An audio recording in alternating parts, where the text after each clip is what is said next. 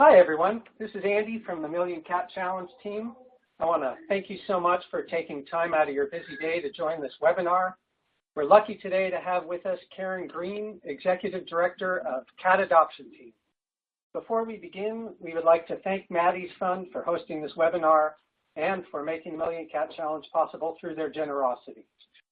One other little bit of housekeeping. We are reserving the last 15 minutes or so for Karen to answer any questions that may come up during the presentation. You can submit questions as they arise during the webinar using the Q&A box that's in the left-hand column. Please send us questions as they occur to you, since we may not have time to answer questions asked at the last minute. If something comes up that you'd like to ask about, go ahead and type it in right away and we'll queue it up. And now I'd like to hand it off to Kate to introduce today's presenter. Thanks, Andy, and thank you, Karen, and all of you for being here today. As Andy mentioned, Karen is the Executive Director of Cat Adoption Team, which is the Pacific Northwest's largest nonprofit feline-only adoption guarantee shelter. And she began her career serving at Best Friends Animal Society in various ways, starting as a vet tech, working with cats. So you might sense a theme developing here. She went on to become the Assistant Director of the National No More Homeless Pets program, where she focused on helping build effective organizations and no more homeless pet communities. And she served as the Senior Director of the Alliance for Contraception in Cats and Dogs for 6 years before she joined CAT as Executive Director in 2012. And she holds a bachelor's degree in organizational communication and a certificate in conflict resolution and mediation from Marylhurst University, and is proudly CAWA certified. And in her spare time, she has fostered dozens of cats, kittens, dogs, and puppies with a special interest in newborn and under-socialized adolescent animals. And she loves reading, musical theater, Birkenstocks, and her 12-year-old yellow lab, Sunny. I also hear through the grapevine that she has an incredible voice, so if you need a voiceover for any of your great adoption promotion anthems that you're rewriting, maybe you can tap her the next time you see her. And Karen's here today to tell us about how her shelter, by operating at their capacity for care, how fewer cats saved more lives and made everyone happy. And she's a great example of one of those people, her and her team, took what I thought might have been originally a suggestion that we made from the UC Davis Correct Shelter Medicine team and implemented it and made it way better than we ever imagined it could be. So we were pretty confident at the time that moving to capacity for care and providing better housing would not cause them to save fewer cats. So we did not expect to hear from them, as we did not that long after, to say with half the housing, they were running low on cats. And I think the first I might have heard of it was when someone from CAT sent an email out to the Million Cat discussion group saying, this is not a joke, we need to import some more cats. And that was not just into their shelter, but that was also creating a safety net in their whole community for all cats at all shelters, and still being able to reach out beyond their community and save even more cat lives. So I am as excited as you are to discover how they made that magic happen. Thanks so much, Karen. Take it away. Thanks, Kate. That was a very flattering introduction and very kind. I want to thank you and the Million Cat Challenge for inviting me, and Maddie's Fund for hosting this webinar.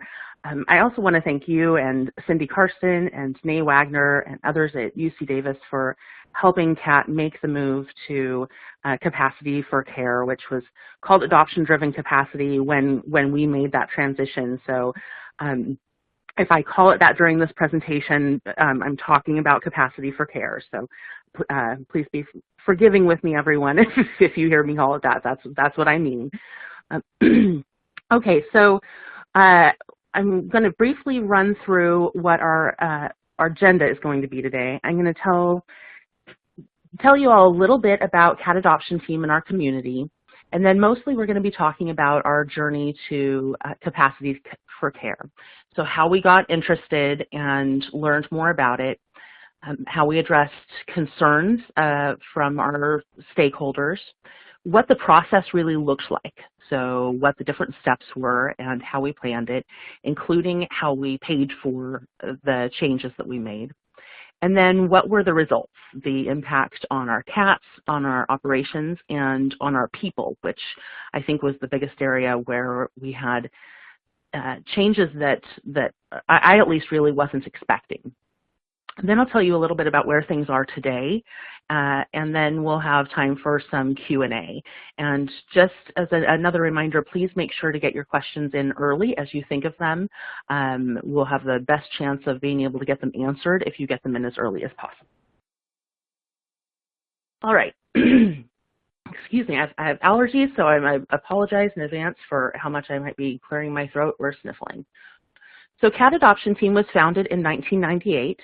We're a nonprofit organization, limited admission. We don't have any animal control contracts. Between 80 and 85% of our cats come to us from other shelters and rescue groups as transfers. And then the other 15 to 20% are owner surrenders.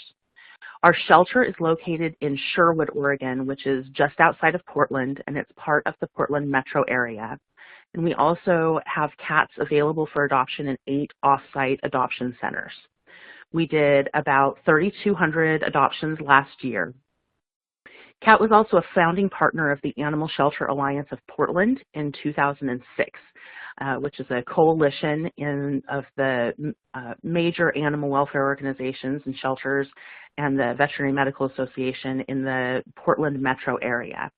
So we work with those organizations. We all operate a targeted spay-neuter program for cats together. And we also transfer animals between our organizations. And CAT is one of 2 receiving shelters and the primary feline receiving shelter in our coalition. So our journey to capacity for care, this is Agent Tripp, who was one of my former office cats and graduate office cat now. He's off in a home. So I joined Cat Adoption Team's board in early 2012 and became the executive director in December of that year. My first impression of the shelter when I first visited was, whoa, that is a lot of cats there. So we have our main area where our adult cats are housed for adoption. We call it our main room.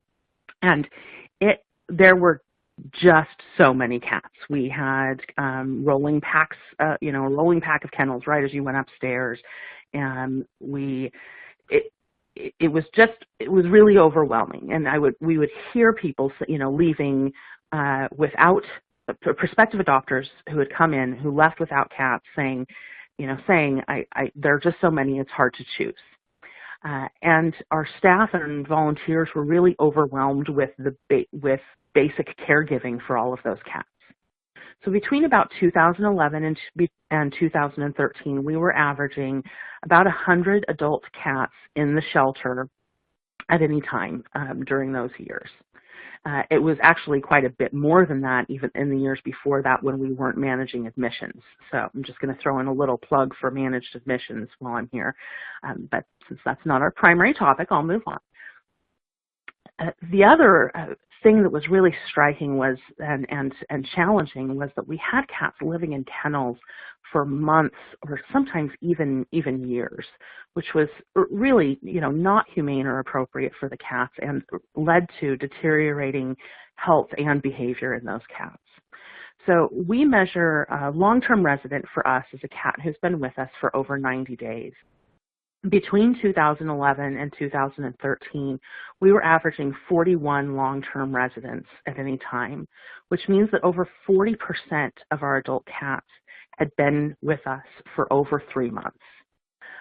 And that's, I think we can all agree that's way too long. That's far too long for the cats to be spending with us and spending almost, most of those cats living in kennels. We did have free roam rooms, so some of those cats were in rooms. But a lot of the cats were what we would call cage locked. So they were cats that couldn't go into rooms because of health problems or temperament issues. And those cats would just stay stuck in kennels for very long periods of time. So I started being interested in and had heard about portals and was curious about those. The Alliance for Contraception in Cats and Dogs held a symposium in Portland in the spring of 2013. And I talked to Kate Hurley at that symposium and said, hey, I've heard about these portal things. What can you tell me about those? And she said, oh, come here, talk to Danae Wagner. She is the queen of portals, and she can tell you everything about them. So Danae is also from UC Davis, and she allowed me to steal her away to come and visit Cat Adoption Team's shelter while she was in town.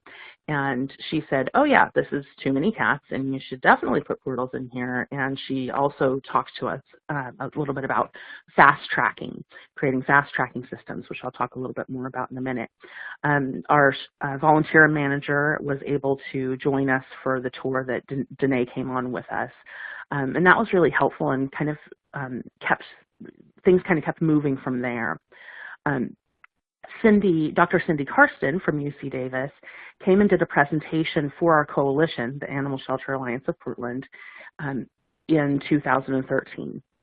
And that included she offered to do the calculations for any shelters who sent their statistics in about to help us figure out what was our ideal capacity.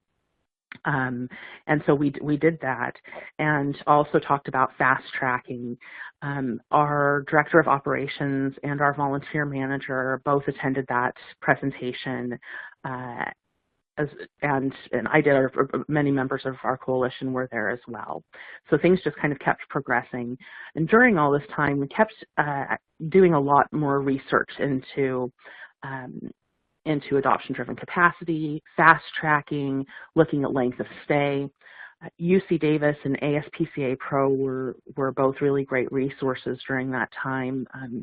Maddie's Fund, and I kept the management team and our board updated, would share kind of bits and pieces of information, interesting articles and anecdotes to kind of keep people informed and kind of on track with the thinking as I was kind of planning and we were thinking through where this could go. I'd also started sharing pieces of information with all of our staff and volunteers in our regular kind of mass communications, our weekly updates, and in sort of strategic conversations and meetings. So the strategy, the recommendation from, from Cindy Karsten was for us to move to having 35 to 40 adult cats available for adoption on site. That was a decrease of more than half from our then capacity. And that meant making all of our kennels into either double or triple capacity kennels. Compartment kennels by installing portals and reducing our free roam room populations from about 4 to 6 cats per room. We have 6 different free roam rooms and they range a little bit in size, down to between 1 and 3 cats per room, depending on which room. It also meant the recommendation was also to put in place a fast track system that would involve scoring all teen and adult cats as they came in to identify which cats could be fast-tracked through our system and which were going to need more kind of attention and care as they came through. And that system would determine what housing the cats went into. So that plan kind of freaks people out. The idea of cutting our capacity that much was really alarming, and it was scary for all of us. The biggest concern was really, well, what are we going to do when our partners need our help, and we, suddenly only have room for half as many cats, less than half as many cats, and that was really scary for everyone. And the primary concerns were really among our staff and our volunteers. It wasn't something that we had really concerns from the public on, because this wasn't something that they really knew about. But as we were exploring this internally, it was very nervous making. So I want to talk a little bit about how we kind of thought through and addressed those concerns. One thing that was interesting was that we had sort of a little mini case study, kind of by accident in some ways, which was that in 2012, we had a flood in our building, and kind of related to that, we we reduced the number of cats, of FIV positive cats we were housing in our FIV room. So if you look at this chart, so the blue line there is the average number of our FIV cats in care. So these cats were all in one room. So we went from having about an average of about 10 cats in this room to an average of just over, well, almost 6. It was 5.7. And with that change, we went from 13 adoptions in 2011 to 25 adoptions in 2012. So it was nice to kind of have this like little sample in-house of what this could mean, that by having about half as many cats, we had increased our adoptions almost twofold. In 2013, we kept the number of FIV cats about the same. It was 5.6, and did 30 adoptions. So the adoptions continued to increase. So that was helpful to have to refer to, in addition to figures and stories from other shelters. We had something right in front of us that everyone could see. They could also see that room looked and felt a lot different with 5 cats in it than it did with 10. 10 was really, really way too many. So in terms of the communications, a lot of what we talked about was that what we were doing was really not fair to the cats. And a lot of that really had come from the staff and volunteers. So while we were concerned about, what's going to happen, are we going to be full and then not be able to help our partners, everyone was uncomfortable with having the cats spend this much time in kennels. So we've done staff and volunteer surveys, and just satisfaction surveys that asked a lot of different questions, but the feedback that we got from those, both from staff and volunteers, included concerns about, we really hate seeing cats spend, one, living in kennels for so long, and 2, just spending so much time at the shelter. So everyone wanted the cats to get out of the shelter faster and to not be living in these small kennels. And so people, everyone was bought into that. It also really helped to be able to talk about some of the other shelters that had made this move and seen it work. And we talked about what had happened with our FIV positive cats.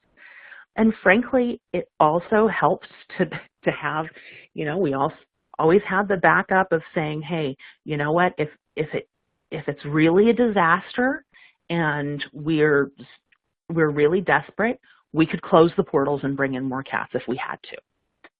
We hope not to do that. That's not the plan. But this was a move where we could, in a way, kind of undo it temporarily or something if we had to. I also shared, again, links to the data that we used to get here. So again, we, those articles and webinars and things that we'd watched and things that we'd learned from the calculator that you could use to figure out your capacity was available online. We had shared those things all along the way, and really invited a lot of communication. So there was a lot of, if you have any questions or concerns about this, please let's talk about it. We did hit a point where, I really wanted to make sure that everyone was was on board and really comfortable with it. But we hit a point where it became clear that we couldn't wait for everyone to get comfortable with it. We were going to have to just move forward and hope that the results would make us all comfortable with it. I remember being on a call with Cindy Karsten and our communications and development manager, and we were talking about, well, what about this, and well, what about this, and in that call, and she was saying, well, it's going to work, and you'll just, you'll see that it'll work. And we kind of, we got off that call and said, okay, so basically, we just need to do it. We've just got to do it, and so it definitely required, a leap of faith there, and just saying, all right, let's jump in. So our plan, of course, involved getting funding in place to install the portals, because that was the biggest expense piece. Making the transition during the slow season, because we didn't want to stop or slow down intake at all. But by doing it during the slow season, we were able to make the transition without impacting intake. Related to intake, we did not change our intake criteria at all. So we didn't say to any of our partners, you can only send us, fast track cats or anything like that. We didn't make our intake criteria any more stringent. We took the same cats that we took before. And actually, over time, we were able to take harder cats and more difficult cats. But even from the beginning, it was important to us that we not change our intake criteria. We needed to put our fast track scoring system into place, and then we needed to clear the shelter as much as we could for the portal installation. So I'm going to talk a little bit about funding, and this is going to throw me off of sort of a time schedule, because I'm going to talk about how we did some of our funding but include funding for some of the projects that we did later, because since we did this initial project, we have installed portals in the rest of our shelter as well. This initial project was for our main adoption floor for adult cats. So initially we received a grant from the ASPCA in 2013, which allowed us to do housing improvements. So we used that for portals, and then also to make repairs to a lot of our kennels. So we had kennels that were missing pieces and didn't have doors that worked properly and things like that.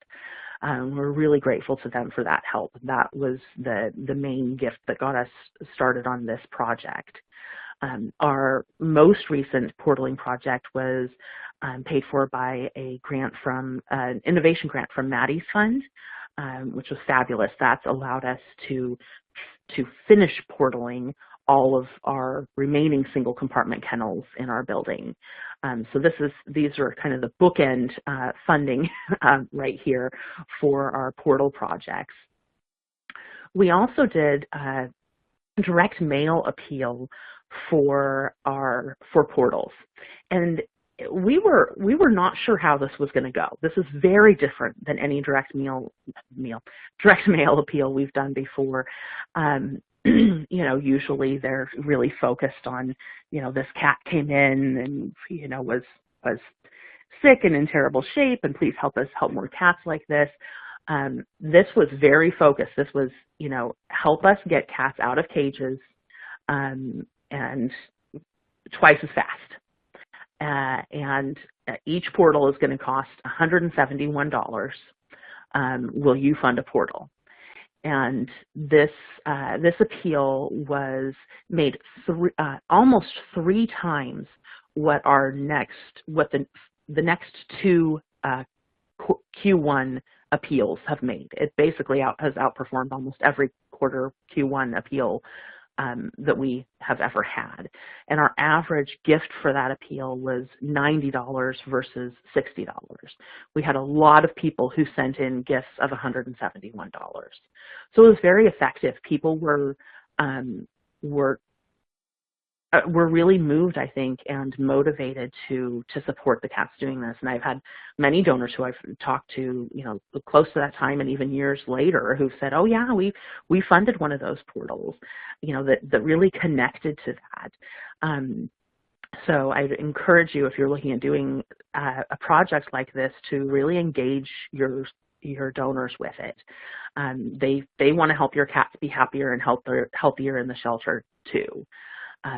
One of the things we've been a little bit concerned about with this was, well, are we making ourselves look bad if we're pointing out that living in a shelter is not great, and living in kennels is not great?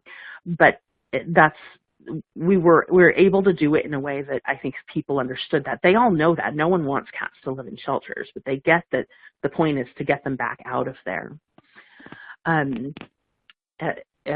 into homes as quickly as possible. So being able to make that transition quickly really helped. Again, so if anyone has questions about this or any of the funding pieces, again, remember please to get those in now, or any of the things that we've talked about so far. Try to get those questions in early so we can make sure that we can cover those. I'd also be happy to share the sample of the appeal letter that we sent out with anyone. I'll share my contact information at the end of this presentation, and you can reach out to me. I'd be happy to send you that. Okay, so I'm going to kind of back out from funding now and show you. So this is our fast track scoring sheet, and I'd also be happy to send anyone this if you would like. We looked at 2 other shelters' scoring sheets. For anyone who's not really familiar with fast tracking, it's a way to identify when animals come into your shelter at intake, to try to identify, is this going to be an animal that we can move through here really quickly, or are they going to need more time and resources? And if they can be fast tracked, to move them through to help them move through really quickly. Interestingly, I think for us, we've actually used our fast track system more as a way to identify the cats that needed the extra help. So and our focus is more really catching the slow track cats and focusing on those, and then the fast track cats really kind of take care of themselves. So we looked at a couple of other shelters' scoring sheets as models, and then we adjusted based on our population and our market. So we know what our adopters respond to, and adjusted based on that. So there are 5 sections on here, and cats are, scored, so they get different points within each of those sections. And the sections are age, color or breed, behavior, medical, and other. And other can be plus or minus. So things in other might include, you're part of a bonded pair. That will take points away from you because we know that that's likely to slow you down. And fast tracking isn't about saying like we think you're a worthwhile creature or anything like that. Of course, we think they're all wonderful creatures.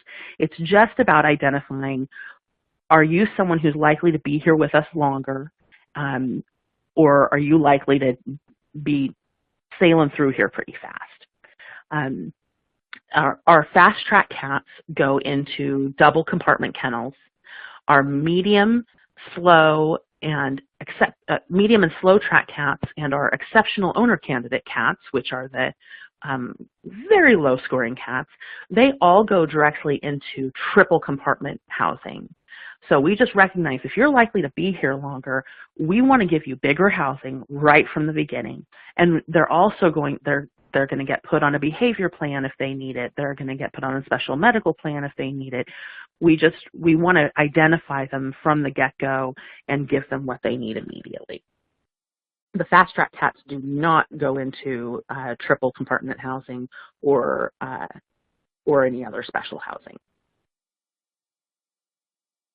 Okay, so what we used to do is kind of wait until a cat had been here for a month or 2 and then say, oh, this cat is not moving, let's move them into a bigger kennel now.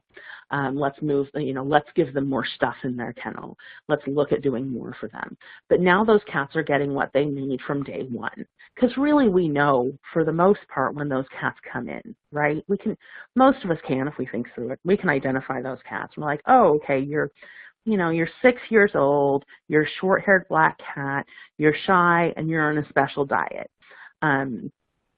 You're probably not going to be moving through here really quickly. So let's just make sure we're setting you up to be successful from the beginning and supporting you for a longer stay. Whereas the 1-year-old cat who, tabby and white, who's outgoing and at the front of the kennel, is only going to be here for a few days. They're going to do fine in the slightly smaller housing. They don't really need as much because they just aren't going to be there for as long. Okay, so next we worked to really empty the shelter as much as we could so that we didn't have as many cats to move for our portal installation.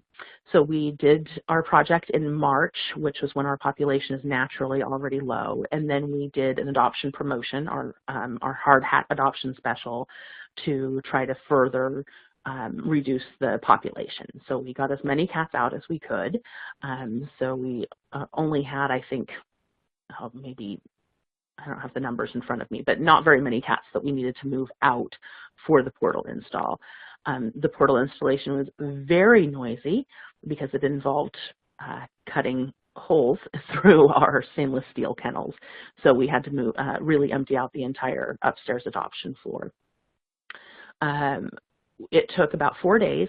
We had 27 portals installed, which left us with 23 double compartment kennels and 6 triple compartment kennels. And our portals look like this. So we had a local company kind of custom make our portals. They built portals in another shelter so that they knew how to do them. We had to make ours a little bit different because we have stainless steel shelves in those kennels upstairs. You can see the shelf on the top left, the left side of the top of the screen there. And they have the sliding door that goes in there. We don't really use the doors. The doors all just, sit around in a little pile, but we have them there in case we need them. In theory, they would maybe get used sometimes for cleaning, but that rarely needs to happen. So this is for our move-in. This is Winona, who is waiting downstairs for her new kennel to get ready. So this is what our before kennel setup looks like. And this is Winona, just moved upstairs, checking out her new digs and her new portals to look through. The cats did not take long at all to figure out how to use their portals. They were all quite happy with them. So we had the changes that we noticed with the cats were really immediate and more dramatic than I think, at least than I had expected. It got much quieter very quickly. The cats weren't vocalizing as much, but I think one of the biggest changes actually is much less fussing in the litter boxes. I think because the litter box was no longer, just inches away from food dishes and bedding. They're less complaining. The cats were very calm and quiet. They acted more like themselves. They were just expressing more normal behaviors. They were resting more comfortably. They were playing. And with dropping our numbers, we had more time to spend with the cats. We had half as many cats in house, so there was almost twice as much time. We still had the same number of cats coming through, so we were still, the time for processing intake and adoptions and things like that was the same. But in terms of daily caregiving, we had a lot more time to work with. So we suddenly had time to be able to do things like behavior modification, enrichment, and other housing improvements that we just were not able to do before. And it was like suddenly this whole world opened up to us that that just wasn't a possibility before. And honestly, had not been part of the plan. The plan was, okay, the cats will have bigger housing and they'll be more calm and they'll be healthier and happier and they'll get adopted faster. We hadn't realized how much more making this change would make possible. So this is what one of our standard doubles looks like now. So we go left is litter, and then right is rest and relaxation. That they have, the food, water, their bed, scratcher, Heidi box, second bed area. They all have a hanging toy. They have loose toys. They also have this. We put these scent rubber. I have a better picture of a scent rubber. I'll show you in a minute, actually. So the cats have better space this way. And then this is what our triples look like. So we use, again, the triples are for the cats that are we expect to be with us longer. And we also use these for bonded pairs. So it gives them a lot more space to work with. All of our kennels are actually identified with, let me see if you can see this on any of these. No, you can't quite. They have little stickers that say slow or fast above the kennel numbers, just to make it really simple for staff who are moving the cats into them. This is one of our free roam rooms. Years ago, this was a room that would hold 8 to 12 cats. When we moved to the recommended 18 square feet per cat guideline, it put this room at about 4, or sometimes we'd push it to 5 cats. The 18 per square feet was somewhere between 4 and 5. Now it maxes out at 2 cats to put the population for our whole adoption floor at the right number. And I've got to say, it is amazing how much different a room feels when you only have 2 cats in it, and how much better the cats do when you're only making 2 cats that don't really know each other well live together. So the fighting and the or stress are just way down. You can keep less furniture in the room, which makes the room much less cluttered. It's much nicer for people to go in and visit with the cats. You don't end up with the same thing where you have 1 or 2 cats that are really outgoing that make it so that the more quiet cats don't get noticed. This room is currently set up for one very nervous cat, and people can go in there and do a lot of behavior modification work with her without any distractions, because there's no one else in there. It's a slow season, and she can have a room to herself right now. So this is what happened to our length of stay. So 2013 was basically our baseline year, because we installed our portals in the spring of 2014. So this is for adult cats, and this is not including time in foster. Our length of stay numbers are not perfect because they do include time in treatment. So anytime the cat spends in the hospital, or ringworm isolation, anything like that. But this is sort of the closest we can get with our software right now. So we went from an average length of stay of 45 days to we went to 33 in 2014, and then it kept dropping. So it dropped by 26% in year 1, and then over the first 2 years it dropped by 47%. It actually took a couple of years for us to be able to really realize that full impact, because it took that long to clear out a lot of the long-term residents that we had that were hanging out for a long time. And now it's kind of stabilized a little bit more. It's still dropping some, but it's kind of leveled out some. But that's a decrease of almost half over 2 years. The cats are happier. They go home faster. They act like themselves. People notice them. The people who come to adopt aren't overwhelmed by a huge number of cats. They just go home better. One of the things that was really striking to us was what happened with our number of long-term residents. Again, for us, long-term is over 90 days in care. So in our first year, our number of long-term residents dropped by 52%. Over the first 2 years, it dropped by 81%. So it's a significant decrease. And honestly, we take a lot more difficult cats in than we used to because this now works. So because the cats don't just sit around and we're able to move them through, we take more of them from our shelter partners. So we're actually willingly intentionally bringing in more of these cats and still more difficult to place cats, and still having fewer cats turn into long-term residents in our care. And I think that's a big part of what's happening, is that we're not turning the cats into long-term residents by putting them in housing that stresses them out.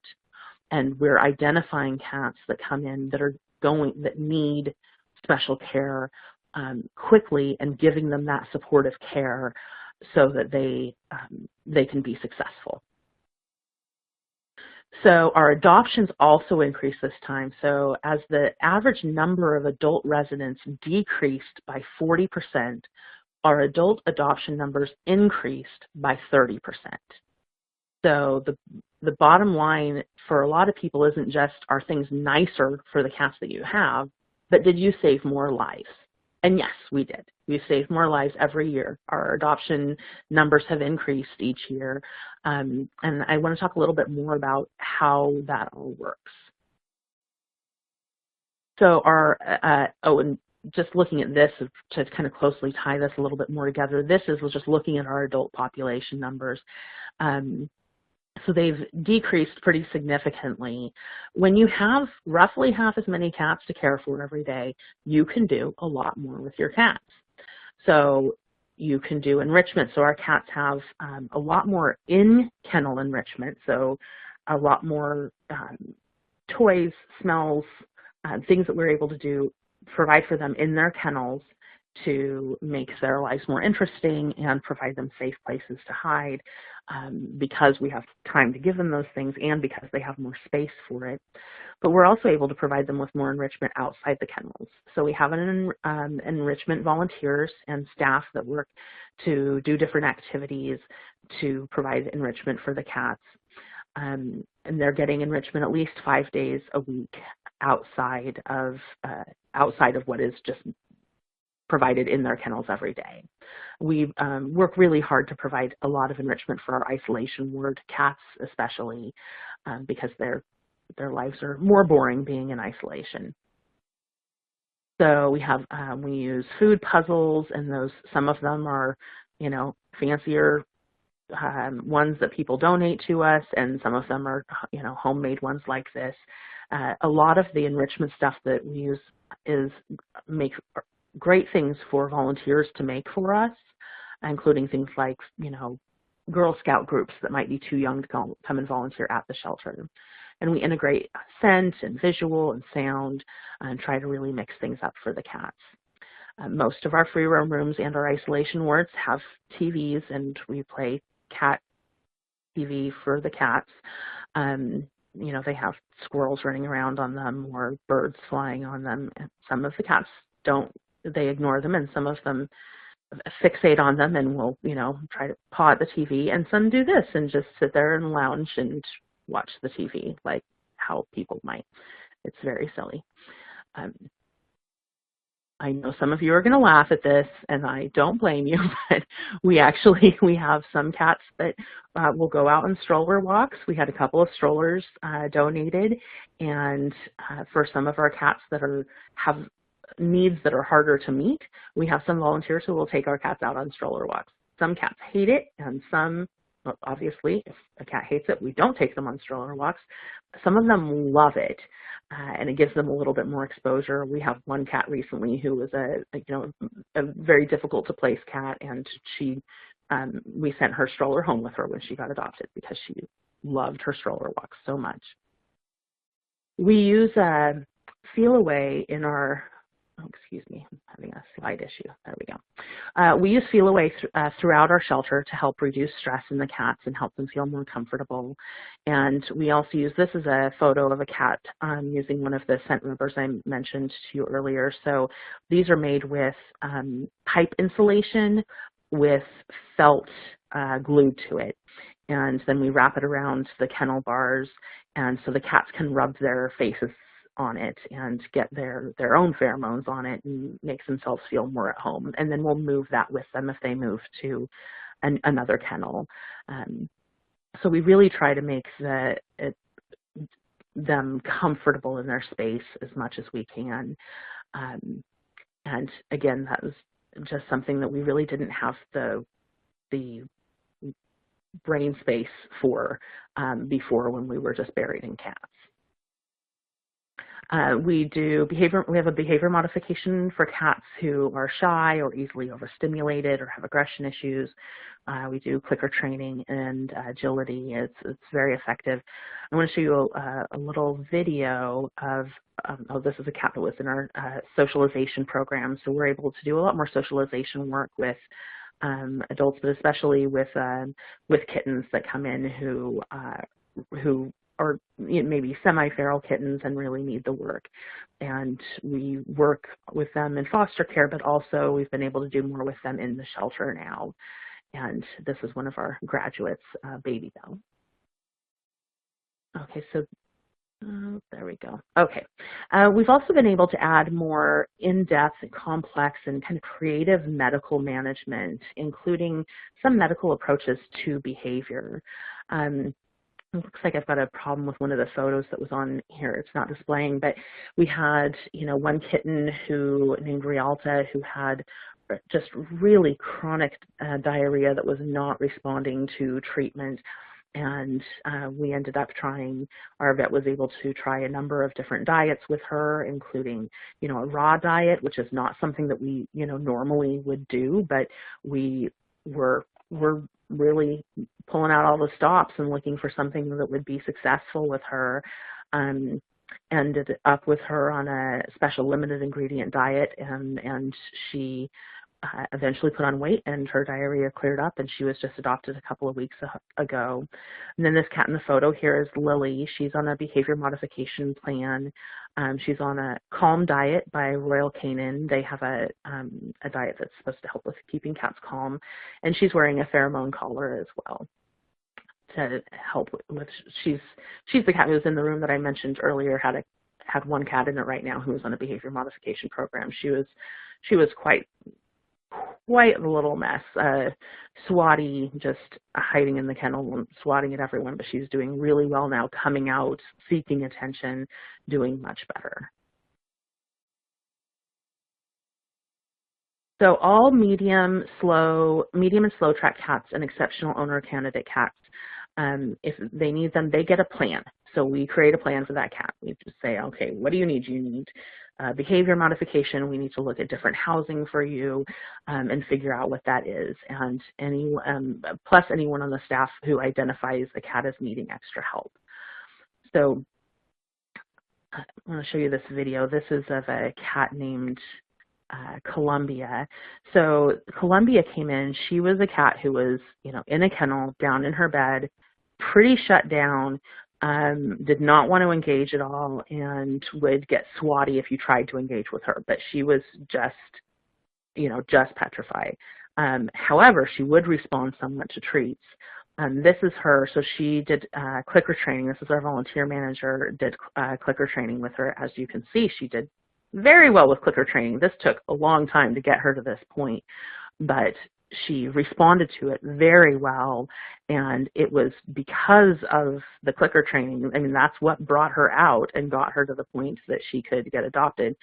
You can see she also got a little chubby, but we'll take chubby and adopted over not chubby and freezing in the corner of the kennel and living in a kennel for months on end. So these are the kinds of things that we're able to do now that just weren't options in the past. All right, so the plans for the cats, they include things like trying different housing, trial foster, the behavior modification programs, different marketing strategies, medical treatment options. We do make some of our cats available for a foster to adopt program where people can do a 2-week or 30-day kind of trial in their home. alternative placement options. Like most of our adoptions are indoor, but we'll, an indoor-outdoor or an outdoor-only or barn cat placement. Just kind of thinking out of the box in terms of placement options, adoption fee adjustment, or bonus stuff like we'll send this cat's stroller home with them. Whatever it is that we think might help a cat get home. So we can have plans for these cats because we have fewer of them. When we had 40 to 100 long-term resident cats at a time, we could not have had a plan for each of those cats. It was just too many. But when we have 2 or 3 of them at a time, it's or 2 or 3 long-term residents, and then maybe another handful, or maybe even, our average is 6 across the year. We can work with those cats. A lot more is possible.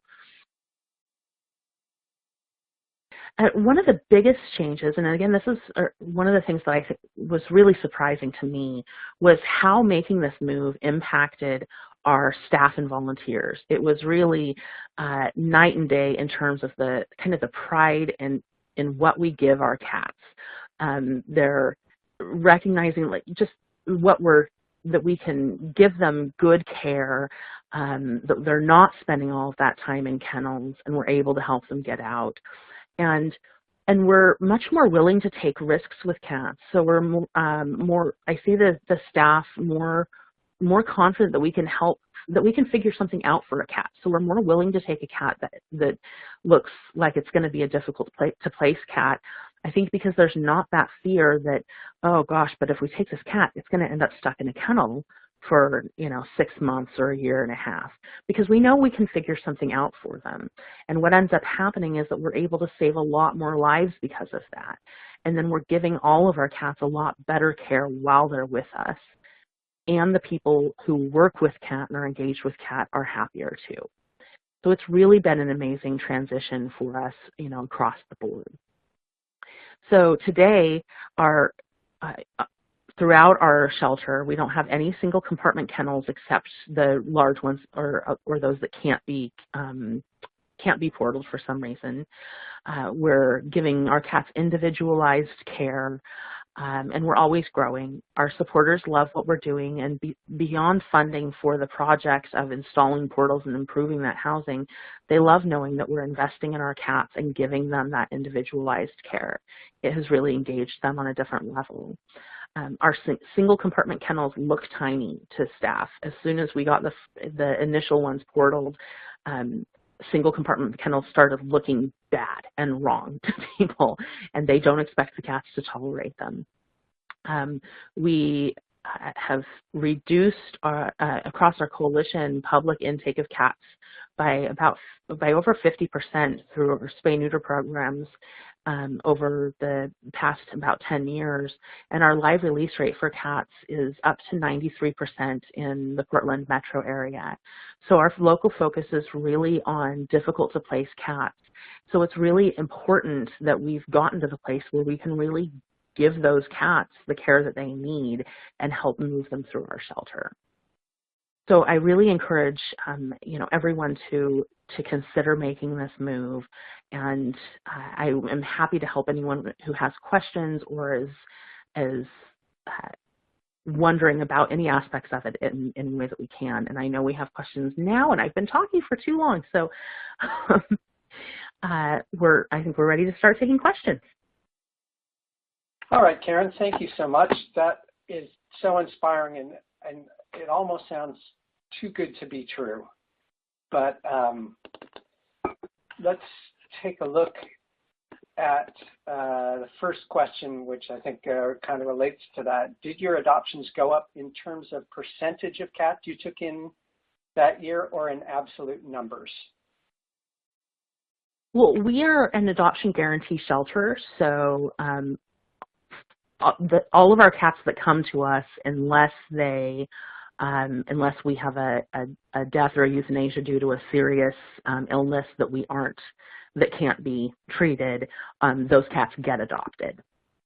So it was absolute numbers because our percentages are, you know, nearly every cat, except for incredibly sick cats that we can't save.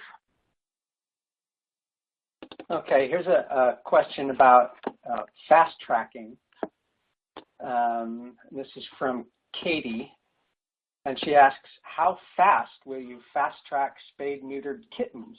Our shelter's protocol currently requires every cat to be 1 week past their second FVRCP vaccination before they will even be admitted to the quarantine room where they usually get sick. Convincing staff to change has been impossible thus far, and this slows our fostering down so much. We don't use the fast track scoring system on kittens, but our personal, my feeling is, and the way we operate is we limit the amount of time that kittens spend in the shelter to pretty much as little as possible. Being in the shelter is not good for kittens. They're just going to get sick there. So I mean, when we have kittens come in, if they're old enough to stay in the shelter, which for us is about 8 weeks, they get vaccinated and they go right on the adoption floor, and they can go home as soon as they're spayed or neutered. They can get put on hold as soon as they hit the adoption floor. If they're sick or under socialized or underage, they go into foster care, and they don't come back until they're ready to go to the adoption floor. Okay, well that kind of relates to the next question here, which is how do cats in foster homes fit into the picture of capacity, reducing length of stay, and increasing adoptions? Oh, yeah. So for us, you know, again, we primarily use our foster program for kittens, and usually for kittens who aren't ready. They aren't ready for adoption because they're underage, or they need socialization, or they're sick. We use foster homes for adult cats if they need. Sometimes we need to try them in a different environment. So we'll have occasionally have a cat who's just doing really, really poorly in the shelter. Maybe we've tried them in some different housing at the shelter, and it's not worked. And we want to see if this is a cat who is just doing poorly in the shelter, but they're going to be a different cat in a home. So we may try them in a foster home for a few weeks to see if that's the case. But we don't use foster homes as just general housing for adult cats. Because for us, the cats will move faster if they're at the shelter where they can be seen by people, or where they're more accessible to adopters. So if unless there's a reason they need to be in foster care, if they're an adult cat, we want them at the shelter or at one of our adoption centers. Okay, I think we have time for one more question, and I'm sure it's one that's on many people's minds. Has this been revenue positive, negative, or neutral for your organization? Oh, I would definitely say positive. So it's the direct costs of installing the portals and making the housing changes were covered by grants that we received, and specifically for them, and by funds from that one direct mail appeal, which, as I mentioned, did far better than similar appeals that we've sent out at that same time of year. But with the increase in adoptions, that's also increased adoption revenue. And I believe that our general donations have increased as well, because our supporters really like to see what we're investing in our cats in terms of things like enrichment and behavior modification, and those are things we couldn't do before. So we're able to demonstrate a much higher level of expertise and care for our cats than we could previously, and people want to support that. And I think that that's been a big part of our general donations growing over the past several years. Yeah, it seems like capacity for care is just a really, it creates a virtuous cycle.